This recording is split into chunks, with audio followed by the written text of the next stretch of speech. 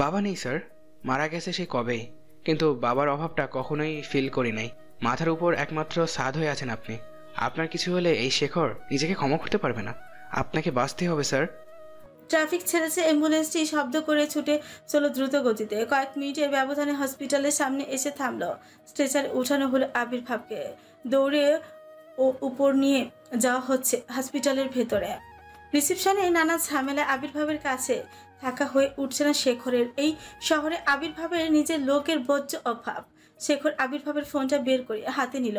Dial check করতে গিয়ে চোখ আটকালো মামুর মেয়ের নামে সেভ করা নাম্বারটার উপর। আশার আলো ধরা দিল যেন বুকে। এই মুহূর্তে সারাকে বড্ড দরকার তার। কল করতে গিয়েও হাত থেমে যাচ্ছে বারংবার। যদি সারা না আসে? বেশ কিছু সময় দুনো মনে ফুগলো শেখর। জোরে জোরে কয়েকবার শ্বাস ফেলে কল করবেই বলে ঠিক করলো। দুপুরে খাবার খেয়ে ঘুমিয়েছিল সারা। ঘুম ভেঙেছে ভয়ঙ্কর স্বপ্নে। মুড়মুড়িয়ে শোয়া থেকে উঠে বসলো। টেবিলের উপর থেকে পানির গ্লাস তুলে এক ছোকে সব চুকো খেয়ে নিল। ফের টেবিলের উপর গ্লাস রাখতে গেলে বালিশের তলা থেকে ফোনটা কেঁপে উঠল। ঘাড় ঘুরিয়ে সেই দিকে তাকালো। বুকের মধ্যে ট্রিম ট্রিম আওয়াজ হচ্ছে। ফোন হাতে নিতে বড্ড ভয় হচ্ছে তার। কোনো রকম খারাপ সংবাদ আসবে না তো? কাপা কাপা হাতে ফোন তুললো। ফোন স্ক্রিনে জলজল করছে গোটা গোটা অক্ষরে লেখা অশুভ লোক। সারার কাঁপুনি আরো বেড়ে গেল। দুঃস্বপ্ন সত্যি হবে না তো? শ্বাস পড়ছে জোরে জোরে। চোখ বন্ধ করে ফোন স্ক্রিনে জোরে চাপ দিয়ে রিসিভ করলো। তুতলিয়ে বলল, হ্যাঁ হ্যালো। শেখরের ভয়ার্ত কণ্ঠস্বর উদ্বিগ্ন গলায় বলল, আমি কি সারহা ম্যাডামের সাথে কথা বলছি? জি, আপনি কে? এটা তো জি ম্যাম, এটা এসি চৌধুরী নাম্বার। আপনি কে? আমি স্যারের ম্যানেজার বলছি। আপনি একটু হসপিটালে আসতে পারবেন ম্যাম? খেপে উঠল সারা। জড়িয়ে যাচ্ছে কণ্ঠস্বর তুতলিয়ে বলল, কেন, কি হয়েছে? এসি চৌধুরী কোথায়? ওনার কিছু হয় নাই তো? শেখর কেঁদে উঠল। ভেজা কঞ্চে বলল, স্যার ঠিক নেই ম্যাম, স্যারের অ্যাক্সিডেন্ট হয়েছে, খুবই ক্রিটিক্যাল অবস্থা। প্লিজ ম্যাম আসুন না।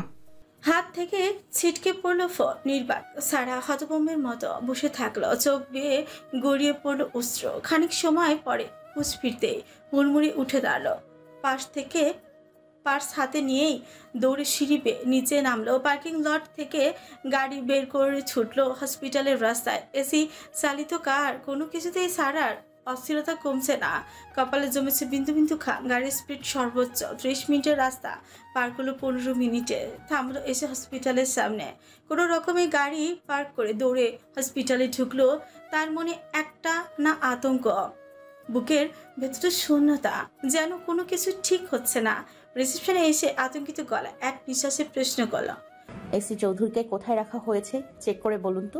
রিসেপশনে মেয়েটা কিছুটা বিভ্রান্ত হয়ে হাসপাতালের ডকুমেন্টস চেক করলো। বলল, সরি ম্যাম, এসি চৌধুরী নামের কোনো রোগী আমাদের এখানে নেই। আপনার কথা ভুল হচ্ছে।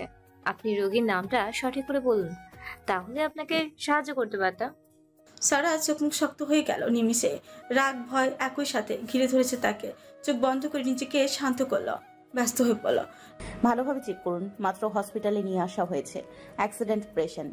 রিসেপশনে মেয়েটি ফের সকল ফাইল চেক করলো। আজকে ভর্তি এমন নামের কোনো পেশেন্ট খুঁজে পেল না। আবারও হতাশ কণ্ঠে বলল, ম্যাম আপনি শিওর তো আজই ওনাকে হসপিটালে ভর্তি করা হয়েছে?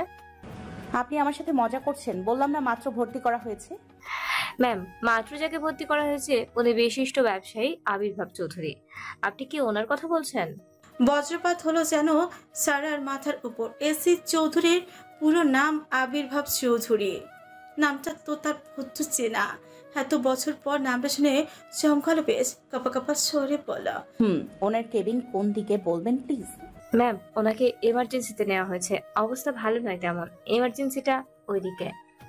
সারা আর এক মুহূর্ত দাঁড়িয়ে থাকলো না। দ্রুত পদক্ষেপে এমার্জেন্সির দিকে ছুটে চলল। এমার্জেন্সির সামনে দাঁড়িয়ে পায়চারি করছে শেখর। চোখ মুখ লাল হয়ে গেছে। যার কোনো আশা দেয় নাই। আবির্ভাবের শরীর থেকে রক্ত ঝরছে অনবরত। রক্ত পড়া আটকানো না গেলেও কোনোভাবেই বাঁচানো সম্ভব হবে না। সারার দিকে চোখ পড়তে কিছুটা এগিয়ে আসলো শেখর। সারার কণ্ঠস্বর ভেজা, নাক টেনে ব্যস্ত কঞ্চে সুথল, ওনার অবস্থা কি এখন? ভালো না ম্যাম, ডক্টর কোনো রকম আশা দিচ্ছেন না। স্যারকে এভাবে দেখতে পারছি না আর। সারা শেখরের সাথে কথা বলার আগ্রহ দেখালো না আর। আচমকায় ঢুকে পড়লো এমার্জেন্সি কক্ষে। হসপিটালের সব ডক্টর প্রায় এমার্জেন্সি রুমেই উপস্থিত। অক্সিজেন মাস্ক মুখে পরানো আবির্ভাবের মাথা দিয়ে চিরেছে রক্ত ঝরছে। সারার বক্ষ পিঞ্চিটা কেঁপে উঠল, চোখে ঝাপসা হয়ে উঠেছে। ডক্টর তাড়া দিয়ে বলো, প্লিজ বাইরে যান, আপনি রোগীকে দেখতে দিন আমাদের। সারা ডক্টরের কথা তোয়াক্কা করলো না, বেডের পাশে ধপ করে মেঝেতে বসে পড়ল। আবির্ভাবের আঙুলে আঙুল গোজে জুগড়ে কেঁদে উঠল। ভেজা কঞ্চি পড়ল, এই যে অসভ্য লোক, সব সময় তো অসভ্যতামি করেন। এখন কেন চুপ করে আছেন? কথা বলুন না, শুনবো আপনার কথা, খুব মনোযোগ দিয়ে শুনবো, একটু বিরক্ত হব না, প্লিজ কথা বলুন। ডক্টর সহসা রাগ দেখিয়ে টেনে তুলো সারাকে, সান্ত্বনা স্বরে বলল, প্লিজ শান্ত হন, দেখছি তো আমরা, আমাদের কাজটা করতে দিন প্লিজ। সারা চেপে ধরল ডক্টরের হাত জোড়া, ভেজা কণ্ঠে অস্পষ্ট স্বরে বলল, ডক্টর, উনি ঠিক হয়ে যাবে তো? বলুন না, ওনার কিছু হবে না?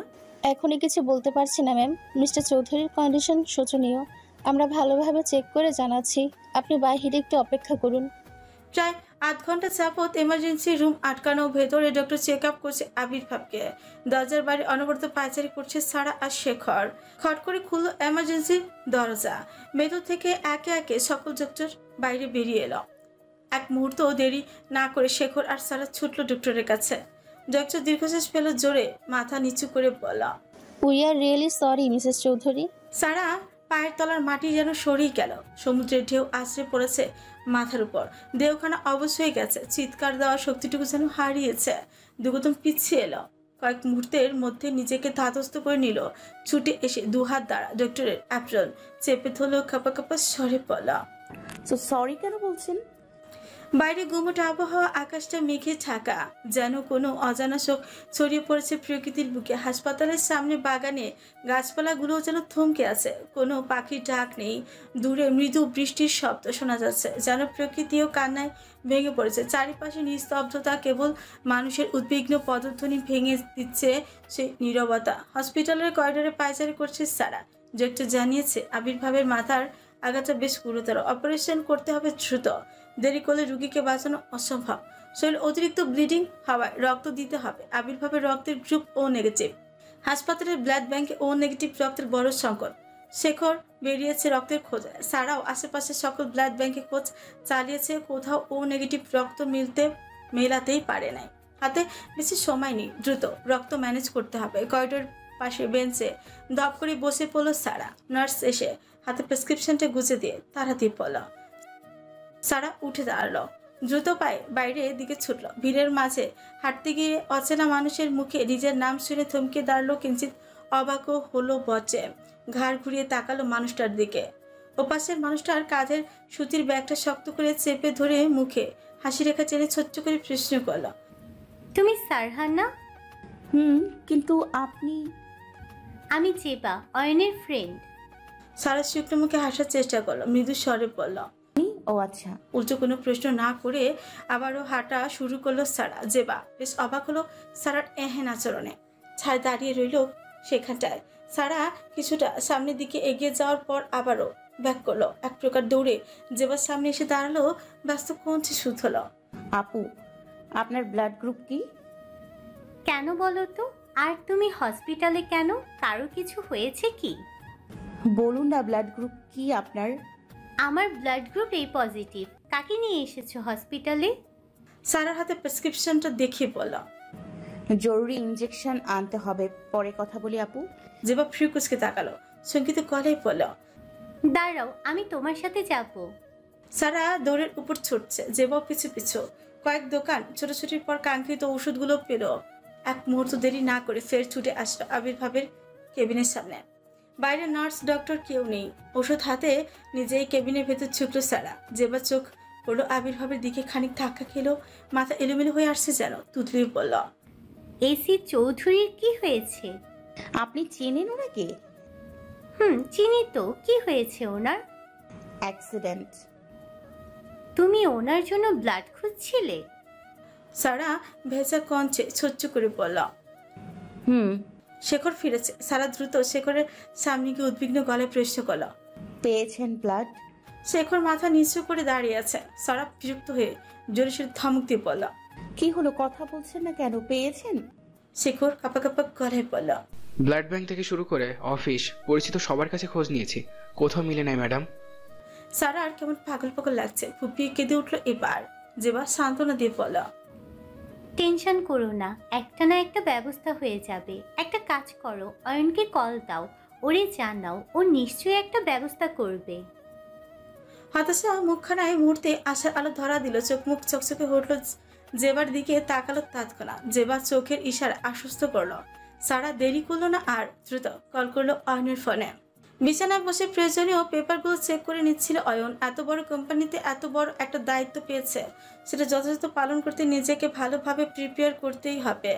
বিছানা আয়াসী ভঙ্গিতে বসতে কাঠের ওয়ার্ড্রোবের উপর থেকে ফোন বেজে উঠল। অয়নের বিরক্ত চোখে মুখে কাজের সময় ফোন ধরে কথা বলে মুড হচ্ছে না। ফোনের দিকে তাকিয়ে নিলে একবার কাজ ছেড়ে উঠতে ইচ্ছে করছে না।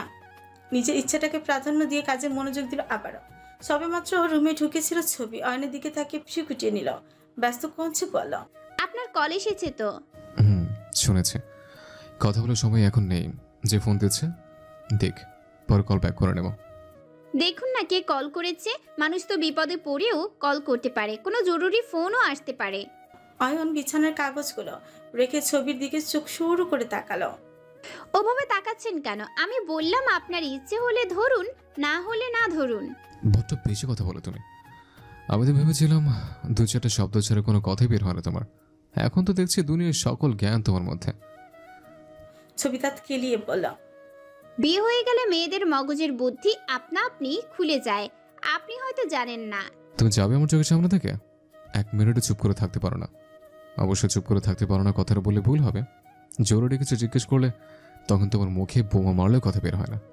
সারা তীব্র বিরক্তি নিয়ে আবারও কল করলো। ছবি ঘুরে তাকালো ফোনের দিকে।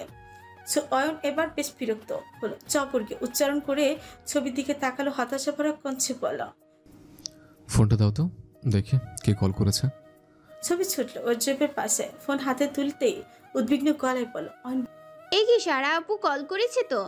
বিস্ময় নিয়ে তাকালো। বিড়বিড় করে বলল, সারা বাসায় নেই? কত বের হয়ে কোনো বিপদে পড়লো না তো? ব্যস্ত হয়ে বলল। কই দেখি ফোনটা দাও তো। ছবির হাত থেকে ফোনটা নিয়ে নিজের কাছে দ্রুত কল রিসিভ করলো অয়ন। ওপাশ থেকে ভেসে আসলো সারার উত্তেজিত কণ্ঠস্বর, ভাইয়া কোথায় তুমি? ইমিডিয়েটলি ও নেগেটিভ রক্তের ব্যবস্থা করে দিতে পারবে? অনেক হাত পা কাঁপছে। ফোন রিসিভ করে বোনের এমন আতঙ্কিত কণ্ঠস্বর যেন তার শরীর অসাড় করে দিতে যথেষ্ট। সারাকে বিপরীতে কোনো প্রশ্ন করার সাহস হচ্ছে না তার। ছবির দিকে তাকালো। তুলনামূলক চোখ বড় বড় হয়ে গেছে। কোনো মানুষ প্রচন্ড ভয় পেলে যেমন চেহারা হয় তেমনই ধারণ করেছে। ছবি অনেক দিকে থাকে ব্যস্ত কঞ্চে সুত হলো। কি হয়েছে? সারা ওপাশ থেকে হালো হালো করছে। অয়ন সম্বিত ফিরতে কাপা কাপা গলায় বলল, বলো শুনছি আমি। কি হলো বললে না তো পারবে কিনা? তুই ঠিক আছিস মনু? তোর কিছু হয়নি তো? ভাইয়া আমি একদম ঠিক আছি। তবে কি? মিস্টার চৌধুরী খুব বড় একটা অ্যাক্সিডেন্ট হয়েছে, প্রচুর ব্লিডিং আর সাথে মাথায় আঘাত লাগায় অপারেশন করতে হবে ইমিডিয়েটলি। কিন্তু ওনার ব্লাড গ্রুপ ও নেগেটিভ, কোথাও এই গ্রুপের রক্ত মিলছে না। চমকাল অয়ন। মাথা ঘুরে উঠল নিমিষে। কয়েক ঘন্টা হলেও মিস্টার চৌধুরীর কাছে ইন্টারভিউ দিয়ে আসলো, আর এরই মাঝে ওনার এত বড় অ্যাক্সিডেন্ট হয়ে গেল। কাপা কাপা স্বরে বললাম, কি বলছিস বনু? অ্যাক্সিডেন্ট হলো কিভাবে? আমি জানি না ভাইয়া, তুমি প্লিজ কিছু একটা ব্যবস্থা করো। ওকে, তুই হসপিটালের লোকেশন পাঠিয়ে দে আমার ফোনে, আমি এখনই আসছি। কল কেটে দিতে ছবি ছুটে আসলো অয়নের পাশে। শঙ্কিত গলায় বলল, কার অ্যাক্সিডেন্ট হয়েছে? অয়ন ব্যস্ত পায়ে নিচে নেমে দাঁড়ালো। আলমারি থেকে শার্ট বের করে দ্রুত পরে নিল। শার্টের হাতা ফোল্ড করে মৃদু কঞ্চে বলল, মিস্টার চৌধুরীর অ্যাক্সিডেন্ট হয়েছে। কথাটা ছবি কর্ণভর ছেদ করতে যেন দুনিয়া থমকে গেল ওর। চোখ ছলছল হয়ে উঠলো। কাপা কাপা স্বরে বলল, কেমন আছে এখন ভাইয়া? ভালো না, অপারেশন করাতে হবে। ওনার ব্লাড গ্রুপ কোথাও ম্যাচ হচ্ছে না। আমি যাব আপনার সাথে। তুমি ডাক্তার, তুমি কি করবা ওখানে? আর আমি ব্যস্ত থাকবো, তোমাকে নিয়ে গিয়ে ঝামেলা বাড়াতে চাই না। ওনার ব্লাড গ্রুপ কি? অয়ন এবার প্রখর দৃষ্টিতে তাকালো ছবির দিকে। কঞ্চে কঠোরতা রেখে বলল, সবসময় এত প্রশ্ন কেন করো বলো তো? জরুরি কাজে যাচ্ছে, সেখানে যদি বাধা সৃষ্টি করছো। ছবি ফ্লোরের দিকে তাকিয়ে আছে। চোখের পানি গড়িয়ে পড়ছে গ্রীভা কুঞ্জনে। অয়ন ছবির দিকে তাকিয়ে দীর্ঘশ্বাস পেল। বিরক্ত ভরা কঞ্চে বলল, চোখের পানি তো সস্তা কেন তোমার? কথা কথা তো কান্না আসে কিভাবে? আচ্ছা বাদ দাও, ওনার ব্লাড গ্রুপ ও নেগেটিভ। ছবি চোখের পানি মুছে নিল, ঠোঁট প্রশস্ত করে বলল, আমি যাব হসপিটালে। আবার আবার কিন্তু বাড়াবাড়ি হয়ে যাচ্ছে। আহা শুনুন না আগে আমার কথাটা। তোমার কথা শুনে ইচ্ছে বা সময় কোনোটা এখন আমার নেই, আমি যাচ্ছি। অয়ন দরজার কাছে পৌঁছতে ছবি পেছন থেকে ডেকে বলল, প্লিজ আমাকে নিয়ে চলুন না, আমার ব্লাড গ্রুপ ও নেগেটিভ, আমি ব্লাড দিব ভাইয়াকে। অয়ন থমকে দাঁড়ালো, বিদ্যুৎ গতিতে ঘুরে তাকালো ছবির পারে, ব্যস্ত কণ্ঠে শুদ্ধল। আই শিওর তোমার ব্লাড গ্রুপ ও নেগেটিভ? ছবি খান নেড়ে বলল, হ্যাঁ। ওকে, এসো আমার সাথে। ডক্টর তাড়া দিচ্ছে বারবার, কঠোর কণ্ঠে বলছে, আপনারা এখনো রক্তের ব্যবস্থা করতে পারলেন না? অপারেশন করতে বেশি দেরি হলে রোগীকে বাঁচানো আমাদের পক্ষে সম্ভব হবে না। সারা কাপা কাপা সরি বলল, আমাদের আরেকটু সময় দিন ডক্টর, রক্ত খুঁজছি আমরা, খুব তাড়াতাড়ি ব্যবস্থা হয়ে যাবে। দেখুন, আমাদের সময় দেওয়া নিয়ে তো রোগীর কন্ডিশন ঠিক হবে না। আপনারা যা করার তাড়াতাড়ি করুন। ওকে ডক্টর। হসপিটালে ঢুকে দ্রুত হাঁটছে পিছু পিছু ছবি। এমার্জেন্সি রুমের সামনে আসতে চোখে পড়লো সারাকে। পাশে দাঁড়িয়ে আছে জেবা এবং শেখর। জেবা অয়নের দিকে তাকিয়ে সারার কাঁধে হাত রেখে বলল, অয়ন এসেছে। সারা তৎক্ষণাৎ মাথা ঘুরিয়ে অয়নের দিকে তাকালো, বিদ্যুৎ গতিতে ছুটে গেল অয়নের পাশে, উত্তেজিত হয়ে বলল, কোনো ব্যবস্থা করতে পারলে না ভাইয়া? অয়ন সারার মাথায় হাত রেখে বলল। ব্যবস্থা হয়ে গেছে বোন। বুকে হাত দিয়ে জোরে শ্বাস নিল সারা, ভাইকে জড়িয়ে উদ্বিগ্ন গলায় বলল, কোথায় ভাইয়া? কে দেবে ব্লাড? অয়ন ঘাড় ঘুরিয়ে অনুনয় দৃষ্টিতে তাকালো ছবির দিকে, ফের সারার দিকে তাকে ছোট্ট করে বলল, ছবি রক্ত দিবে, রক্তের গ্রুপ ম্যাচ করেছে। সারার মুখে হাসি ফুটলো ক্ষীণ স্বরে, ডক্টরকে ডেকে বলল, ভাইয়া ব্লাডের ব্যবস্থা হয়ে গেছে, আপনি প্লিজ অপারেশনের ব্যবস্থা করুন। ঠিক আছে, আপনারা ওনাকে ভেতরে নিয়ে আসুন। ছবি অসহায় চোখে তাকালো অয়নের দিকে। ইঞ্জেকশনের সূচে বজ্র ভয় ওর, একা একা ভিতরে গেলে তো নির্ঘাত জ্ঞান হারাবে। অয়ন ছবির মনোভাব বুঝলো, সহসা পা মেলালো ছবির সাথে। অপারেশন থিয়েটারে আলো জ্বলছে, বাইরে দাঁড়িয়ে আতঙ্কিত মুখে পায়চারি করছে উপস্থিত সবাই। বেঞ্চে ঘাড় এলিয়ে দুর্বল শরীর নিয়ে বসে আছে ছবি শরীর তেমন ভালো না, দুর্বল শরীরের উপর রক্ত দিয়ে আরো বেশি অসুস্থ হয়ে পড়েছে। ছবির শরীরের কন্ডিশন বুঝতে পেরে ডক্টর রক্ত নিতে চায় নাই। ব্যাপারটা অয়নকে জানাতে চাইলে এক প্রকার হাত জোর করে অনুরোধ করে রক্ত দিয়েছে ছবি। দীর্ঘ 3 ঘন্টা অস্ত্রোপচারের পর অপারেশন থিয়েটারে আলো নিভল। দরজা খুলে একে একে বেরিয়ে এলো সকল ডক্টর। সারা সহ সবাই দ্রুত পায়ে ছুটে আসলো ডক্টরের কাছে। ডক্টর মুখের মাস্ক খুলে হাসি মুখে বলল, অপারেশন সাকসেসফুল, চিন্তার কোনো কারণ নেই।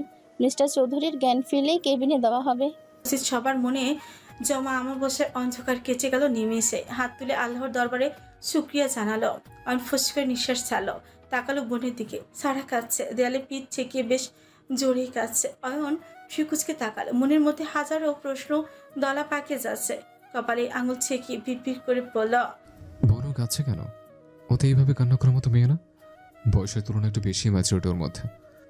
মনের মধ্যে প্রশ্ন দমিয়ে রাখতে না পেরে দ্রুত পায়ে ছুটলো বোনের পাশে।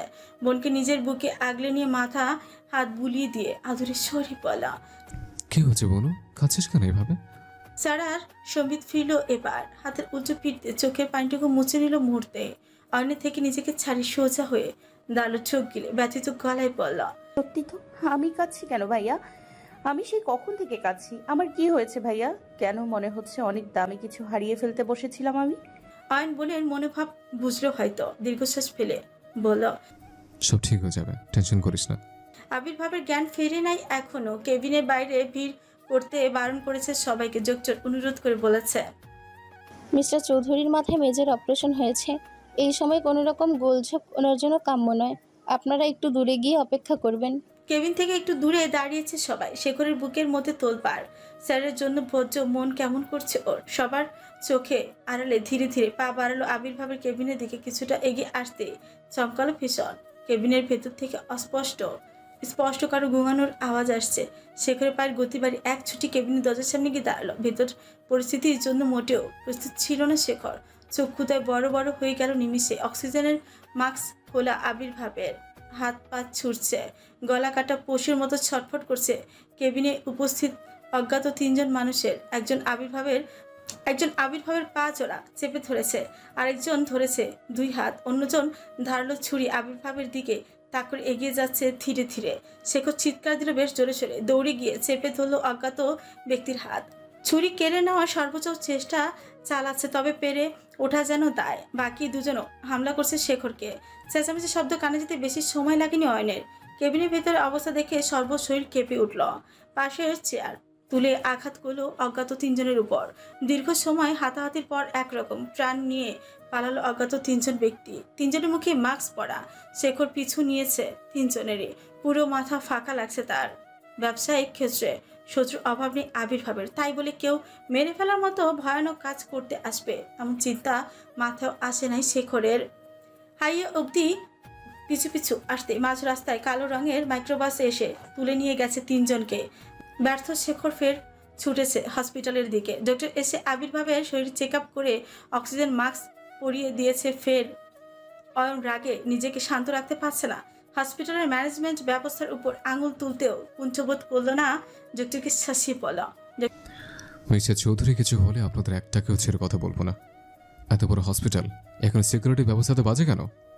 ডক্টর মাথা নিচু করে বললাম, সরি, এমন ঘটনার জন্য আন্তরিকভাবে দুঃখিত।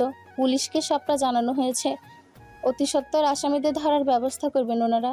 আর মিস্টার চৌধুরী এখন ঠিক আছে, আপনারা একদম চিন্তা করবেন না। প্রভাতের প্রথম আলোয় হাসপাতালের পরিবেশ এক নিস্তব্ধ বিষাদের ছায়া পড়েছে। জানালার কাছে শিশির ফোঁটা ফোঁটা করে কাঁপে। সূর্যের মিশ্রমান কিরণ নির্ভীক ভাবে আক্রান্ত আত্মাদের স্পর্শ করছে। ডাক্তার নার্সদের ধীর পদচারণা আর ওষুধের গন্ধে ভরা বাতাস যেন এক মহাজাগতিক নীরবতার প্রাচীর গড়ে তুলছে। করিডোরের গহ্বরে অপারেশন থিয়েটারের অন্ধকারে জীবনের এক চরম যুদ্ধ চলছে। দৈনন্দিন মতো আজও হসপিটালের পরিবেশ একই। হসপিটালের ফিনাইলের গন্ধে নাক শীতকালে মেয়েটা আজ নির্দ্বিধায় হসপিটালে সারাটা রাত কাটিয়ে দিয়েছে। আবির্ভাবের বেডের পাশে চেয়ার হেলে ঝিমাচ্ছে সারা। ছবি বসেছে পায়ের কাছে। অপারেশন করার ঘন্টা খানিকের মধ্যে আবির্ভাবের সেন্স ফিরল। ঘুমের ইঞ্জেকশন দিয়ে ঘুম পাড়িয়ে রাখা হয়েছে। শেখর ডক্টরের সাজেস্ট অনুযায়ী ওষুধ আনতে বাইরে গেছে। অয়ন দরজার বাইরে পায়চারি করছে সারা রাত। শেখর যদিও কড়া গার্ডের ব্যবস্থা করেছে, তবে অয়ন কোনো রকম রিস্ক নিবে না জন্য সারা রাত থেকে গেছে হসপিটালে। হাতের আঙুল নাড়িয়ে পিটপিট করে চোখ খুলে আবির্ভাব চারিপাশে চেয়ে দেখলো কয়েকবার। হাত উঁচু করে তুলতেই চোখ মুখ কুচকে নিল। আচমকায় মৃদু আর্তনাদ করলো। ঝিম ছাড়লো সারার। বসা থেকে উঠে দাঁড়ালো। ব্যস্ত কণ্ঠে শুধলো, কি করছেনটা কি? উঠছেন কেন? আবির্ভাব তাকালো সারার পানে। অক্সিজেন মাস্ক খুলে উঠে বসার চেষ্টা করলো। মাথার তীব্র ব্যথা, সারা শরীর যেন অবশ হয়ে গেছে। সামান্য উঠে বসার শক্তিটুকু যেন হারিয়েছে। আর ছুটে আসলো কেবিনে। আলতো হাতে আবির্ভাবকে তুলে বসালো। ব্যস্ত কণ্ঠে বলল, কোনো সমস্যা হচ্ছে কি আপনার? কিছু লাগবে বলুন না। চোখ বন্ধ করে নিল আবির্ভাব। অস্পষ্ট স্বরে বলল, ফোন কোথায় আমার? ফোনটা দিন তো। শেখর বাইরে যাওয়ার আগে আবির্ভাবের ফোনটা সারার হাতে দিয়ে গেছে। সারা দ্রুত আবির্ভাবের হাতে ফোন দিল। ঝাপসা চোখে কয়েক মিনিট খুঁজে কাঙ্ক্ষিত নাম্বারটি পেল আবির্ভাব। কল করলো তৎক্ষণাৎ। রিং হচ্ছে, তবে রিসিভ হলো না। আবির্ভাব ফের কল করলো কয়েকবার, ফলাফল একই। অসহায় দৃষ্টিতে তাকালো সবার দিকে। চোখের কোনো জমা পানিটুকু মুছে নিল সবার অগোচরে। বুকের সাথে ফোন চেপে ধরে বেডের উপর গা ছিঁড়ে দিল। তৎক্ষণাৎ রুমের টুকরো কেউ কালো বোরকা পরিহিত নারী, চোখ মুখ পুরোটাই কালো নিকাবে দ্বারা ঢাকা, চমকালো সবাই। হাসি ফুটলো শুধু আবির্ভাবের মুখে। মহিলাটি ধীরে ধীরে আবির্ভাবের কোল ঘেঁষে বসলো। আলতো হাতে ছুঁয়ে দিল আবির্ভাবের মুখ। চোখের জল যেন বাদ সাধলো না। নিজেকে শান্ত রাখা দায়। মহিলাটি নিজেকে আর শান্ত রাখতে পারলো না। ঝলে পড়লো আবির্ভাবের বুকে। ঝুঁকড়ে কেঁদে উঠল তৎক্ষণাৎ। আবির্ভাব আটকালো না, নিজের বুকের সাথে আগলে নিল অজ্ঞাত নারীকে। পরপর কয়েকটা থাপ্পড় পড়লো অভিকের গালে। সাদেক আহসান রাগে ফুঁসছে। সালে আহসান পাশে মাথা নিচু করে দাঁড়িয়ে আছে। অভিকে চোখ দিয়ে যেন আগুন ঝরছে। একমাত্র সাদেক আহসানের হাতে থাপ্পড় খেয়ে সেটা মুখ বুজে সহ্য করে নিতে হয়। অন্য কেউ হলে হয়তো এত সময় পুঁতে ফেলতো। সাদেক আহসান কপালে 2 আঙুল ঘষে হুঙ্কার ছেড়ে বলল, কতবার তোমাদের বলেছি আমাকে না জানিয়ে কোনো প্ল্যানিং করতে যাবে না, আর করলে সেটা কাজে লাগবে না। তোমাদের কতবার বলেছিলাম আবির্ভাবকে কিছু করার মাথাও আনবে না। তোমাদের সাহস দেখে আমি অবাক হচ্ছি। প্রথমত ওর গাড়ি অ্যাক্সিডেন্ট করিয়েছ, তারপর আবার হসপিটালে আক্রমণ করেছ। মাথায় কি সমস্যা আছে? আবির্ভাব ক্ষমতা সম্পর্কে তোমাদের কোনো রকম আইডিয়া আছে? সালে আহসান মাথা তুলল। এবার পরিকল্পিত কাজ ঠিকঠাক করতে না পারায় মেজাজ এমনিতেই বেশ চটে আছে। সাদেক আহসানের দিকে তাকিয়ে রাগটাকে সংবরণ করে নিল। ঢোক গিলে গোমরা মুখে বলল, বিরক্ত হয়ে গিয়েছিলাম এই ছেলের বাজে ব্যবহারের প্রতি। ওকে খুন না করা অবধি আমার শান্তি নেই। তোমার যে কেন ওর উপর দরদ উপড়ায় উঠছে সেটাই তো বুঝতে পারছি না। নাকি মামার সত্তাটা জেগে উঠেছে? সাদেক আহসান প্রখর দৃষ্টিতে তাকালো সালে আহসানের দিকে, যেন চোখ দিয়ে কিলি খাবে। সালে আহসান ভয়ে চোখ নিচে নামিয়ে নিল। ঢোক গিলে বলল, দুঃখিত ভাইজান, কিন্তু বিষয়টা আপনি একবার ভেবে দেখবেন। আবির্ভাব মারা গেলে ওর সব সম্পত্তি আমাদের হবে। পিনকুলে আমরা ছাড়া কেউ নেই ওর। সাদেক আহসান একবার অভিকের দিকে তাকালো, তারপর চোখ ঘুরলো সালে আহসানের দিকে। কিছু সময় নীরব থেকে উচ্চস্বরে হেসে উঠল, তুচ্ছ তাচ্ছিল্য করে বলল, তোমাকে এই জন্যই বলি বেশি বুদ্ধি খাটাতে যেও না।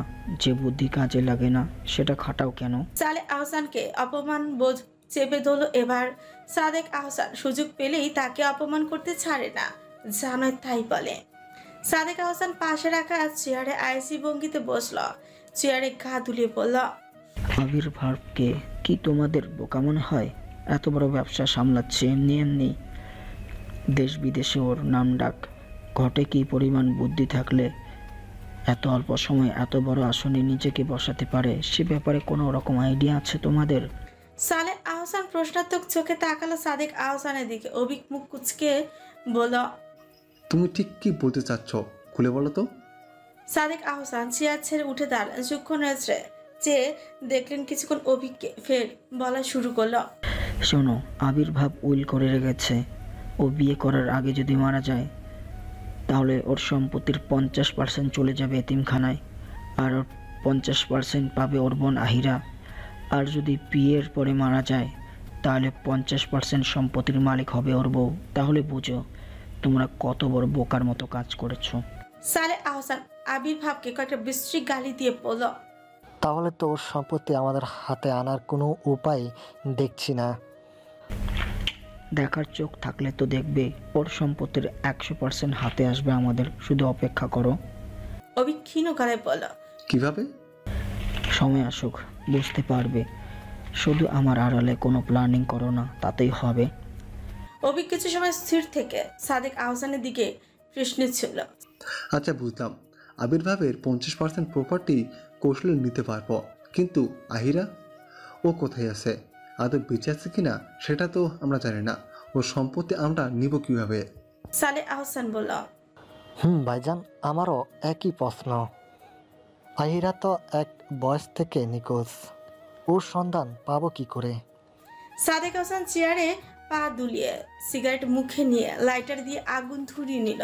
নাক মুখ দিয়ে ধোয়াছে, ঠোঁট বেঁকিয়ে গম্ভীর কণ্ঠে বলা, সন্তান খুব তাড়াতাড়ি পেয়ে যাবে আশা করছি। কিভাবে ভাইজান? আর প্রশ্ন নয়। তোমরা যে ব্লান্ডারটা করেছো সেটা ঠিক করার চেষ্টা করো। আবির্ভাবের জ্ঞান ফিরলে জানার চেষ্টা করো ও তোমাদের সন্দেহ করেছে কিনা। ঠিক আছে ভাইজান। আর অভিক শোনো, তোমার রাগটা নিয়ন্ত্রণ করো। সব জায়গায় রাগ দেখলে হবে না, কিছু সময় বুদ্ধিটা কাজে লাগাবে। ঠিক আছে বাবা। সবার কৌতূহল চাহনি বোরকা পরা এমন নারীকে হঠাৎ করে কেবিনে ঢুকতে দেখে ছবি ভয়ে এক লাফে অয়নের পিছনে গিয়ে গুটিসুটি মেরে দাঁড়িয়ে আছে। মহিলাটি এখনো কেঁদেই চলেছে। আবির্ভাব আলতো হাত টেনে তুললো। এবার মৃদু হেসে পড়ল, I am alright Mamoni, please কেঁদো না তুমি। তোমার কান্না দেখলে যে আমি সুস্থ থাকতে পারবো না। নাক টেনে বোরখার নিকাবটা মাথার উপর তুললো অজ্ঞাত নারী। নিকাবের ভেতরে মুখাব চোখে পড়তে কেঁপে উঠল উপস্থিত সব। বিস্ময় চোখ মুখে অয়ন সারা একই সাথে অবিশ্বাস্য কণ্ঠে বলা, মা তুমি?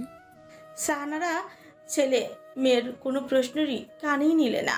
আবির্ভাবের মুখে আলতো হাত রেখে বলল, কতবার বলছি সাবধানে থাকবি, নিজের খেয়াল রাখবি, কেন শুনিস না আমার কথা? আজ তোর কিছু হয়ে গেলে আমি নিজেকে ক্ষমা করতাম কিভাবে? এত এত প্রেশার নিতে কে বলেছে তোকে? অসুস্থ শরীর নিয়ে হাসার চেষ্টা করলো আবির্ভাব। শাহানারার চোখের পানিটুকু মুছে দিয়ে বলল, আমার মামনির দোয়া সবসময় আমার মাথার উপরে থাকে। আমাকে মারার যে যত চেষ্টাই করুক না কেন, আল্লাহ না চাইলে কিছু করতে পারবে না।